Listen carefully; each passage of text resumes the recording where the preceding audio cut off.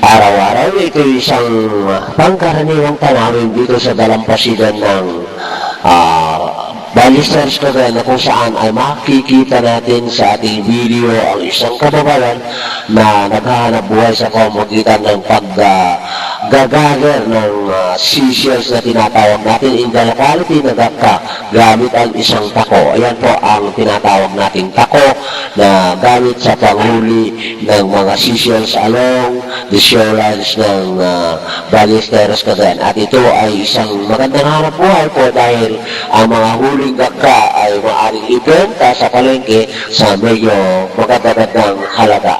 Okay? So, ayan po sa dalampasigan ng Ballesteros Cagayan, nakikita mo pa itong mama na nanghihila ng isang tako para makahuli ng mga seashells na ang tawag natin ay Gakka na gustong-gusto mong kainin, di ba?